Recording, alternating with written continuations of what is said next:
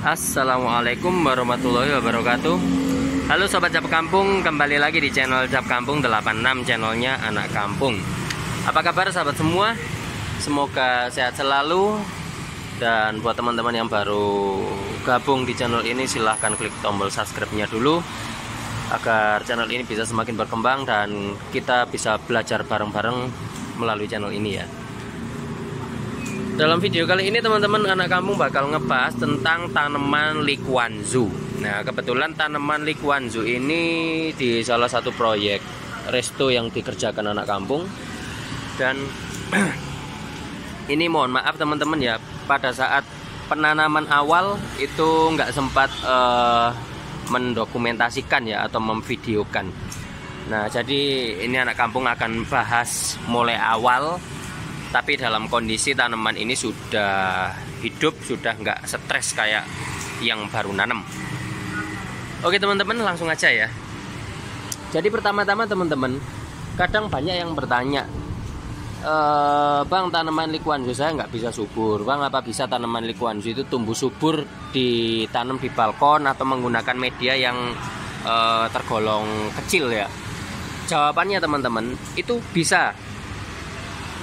Bagaimanapun ukurannya ya, asalkan itu ideal tempat untuk media tanamnya ya. Contohnya kayak di video-video sebelumnya, anak kampung kan sering buat ini ya, tutorial menanam Likuanzu menggunakan pot talang air. Nah, ini ukurannya dia lebih besar dari pot talang air, ukuran balkonnya, tempat media tanamnya. Nah, kembali lagi teman-teman, pada saat penanaman seperti ini, faktor penentunya itu adalah media tanam yang digunakan. Kalau media tanamnya bagus teman-teman, ya otomatis hasilnya pun bagus, walaupun ukuran media tanamnya kecil. Nah teman-teman bisa lihat, ini adalah tanaman Likuanzu yang anak kampung tanam belum ada 1 bulan. Nah pertumbuhannya sudah seperti ini, Masya Allah subur banget. Dan bagian bawah itu teman-teman bisa lihat ini, itu udah bercabang kayak gitu ya. Artinya menandakan apa? Menandakan bahwa tanaman ini tuh tumbuh dengan subur, tumbuh dengan normal ya. Lah selanjutnya teman-teman, bagaimana perawatannya?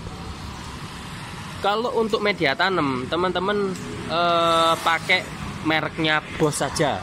Kalau nggak ada ya cari yang komposisinya mirip dengan merek Boss itu tadi. Lah terus nanti selanjutnya setelah ditanam, banyak yang menyepelekan fungsi dari pasir malang teman-teman ya. Kalau teman-teman nggak ngerti pasir malang, ya kasih pasir biasa aja lah. Wong intinya itu kalau dikasih pasir itu biar nggak mudah tumbuh rumput liar. Aduh sorry teman-teman, anak kampung emang lagi kurang sehat ya dalam pembuatan video ini. Nah jadi teman-teman, fungsi dari pasir malang itu sebenarnya itu untuk pertama menghalau sinar matahari, kedua membantu mempertahankan kelembapan media tanam, ketiga menghambat tumbuhnya rumput liar. Teman-teman bisa lihat. Nah, dari luasnya media ini teman-teman, hanya ada beberapa gelintir aja rumput liar yang tumbuh. Artinya apa? Media tanam itu teman-teman, pasir ya, terutama pasir. Pada umumnya pasir itu adalah media yang sulit untuk ditumbuhi rumput liar. Nah, jadi manfaat rumput liar di sini nih kita semua bisa pahami ya. Itu menghambat tumbuhnya rumput liar, itu yang paling utama. Kenapa? Karena pada saat teman-teman itu menanam tanaman hias ya, apapun wis tanamannya itu, kalau ditanam di dalam pot itu nggak dikasih pasir malang, otomatis nanti cepet banget tumbuh rumput liarnya, dan rumput liarnya pasti Masya Allah subur.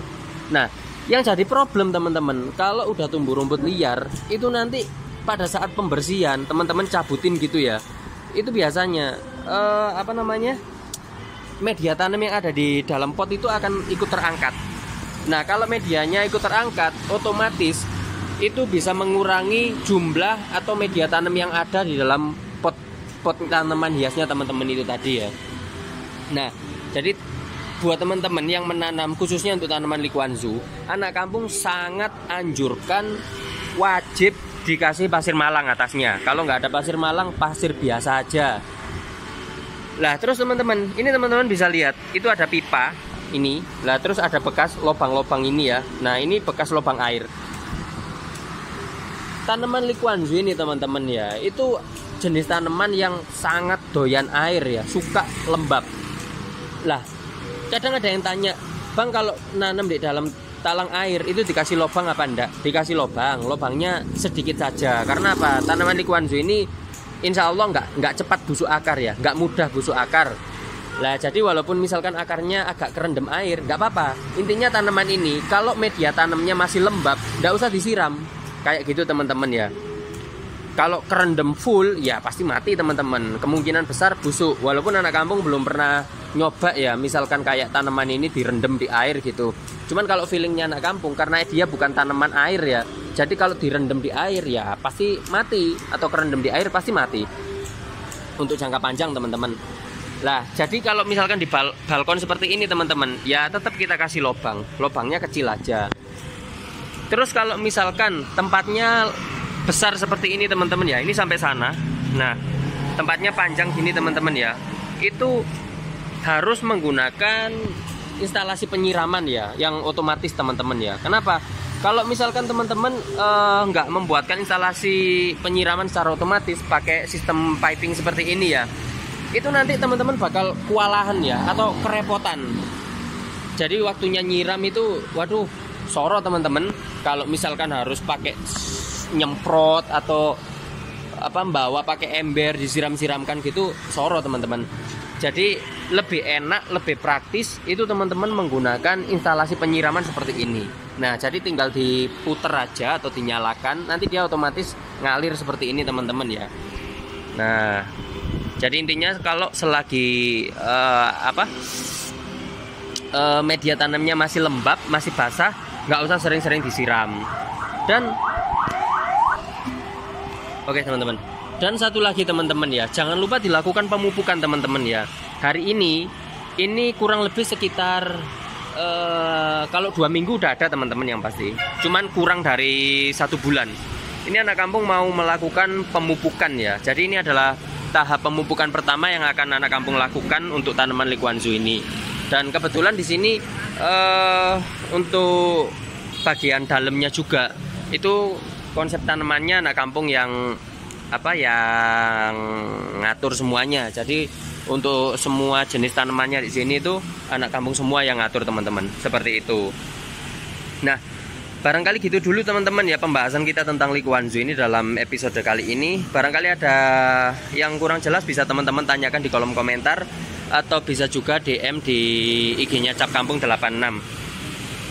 Dan jangan lupa teman-teman ya untuk like, comment, and share. Lebih pentingnya lagi subscribe channel ini agar bisa terus makin berkembang dan kita bisa terus belajar bareng-bareng melalui channel ini. Sampai jumpa di next video selanjutnya. Terima kasih. Wassalamualaikum.